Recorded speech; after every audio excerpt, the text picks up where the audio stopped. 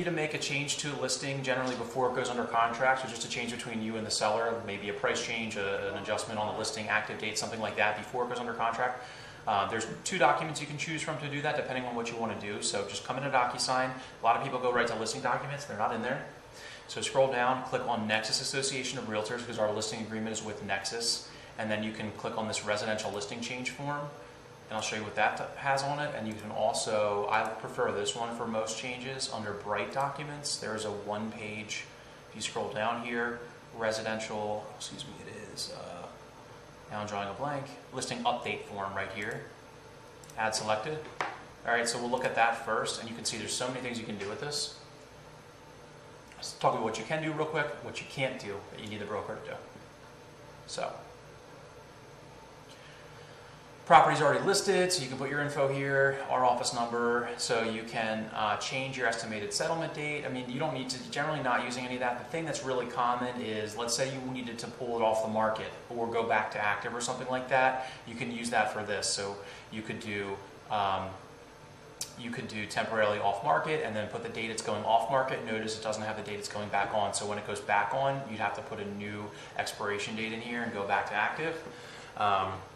Okay, pretty standard stuff here, right? Extension would be, okay, my listing agreement expires in 3 days. I need to extend it for 3 months. Put the old expiration date, the new expiration date, check that off. That's it. Then have your seller sign it and you're good. You can withdraw a property with this form. Withdrawal means you still maintain an active listing agreement, but the seller does not plan to put it back on the market. Pulling it off because of maybe a change in heart, or they, something happened, they're going to stay in that house and not sell it, but you don't want to release them from the listing agreement and then have them go and list with somebody else. So all of those things can be done from here. The main reason you would use the other one is if you're canceling seller and you have a disagreement and you're not planning on being the agent anymore, the seller's firing you, for lack of a better term, and you are okay with that, you don't want to try and save it. If you want to try and save it, you let Joe Ryan know, you let your broker know, see if they can save it or give the listing to somebody else in the office and pay you a referral or something like that. So if you use this form, you can do the same stuff here. You can see price change, extension, back to active, yada yada, all that fun stuff. So you just need to choose which one your request fits in. Temporarily off market, so canceled right here. This is the one where if you want to pull it actually off the market so that they can sign a listing agreement with somebody else, like we're done, never talk to me again. Canceled is signed. Canceled needs to be signed by the seller and by you. It does not need to be signed by the broker here in our office. That is sufficient for us.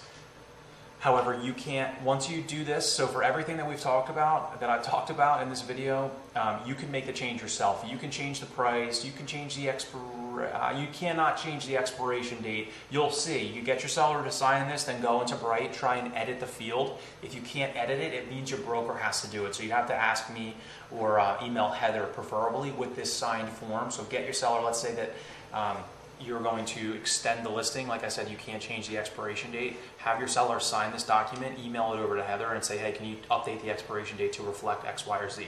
If it's rushed after hours, last minute, something that absolutely needs to be changed right away, and you can't do it in your Bright, you can ask me. I do have access to the account, and I could change it for you so long as I see that this document was signed. So either one of those 2 documents. So that's it. Those are pretty standard changes and stuff you can do with those 2 documents and handle, and then just upload these into Command for compliance.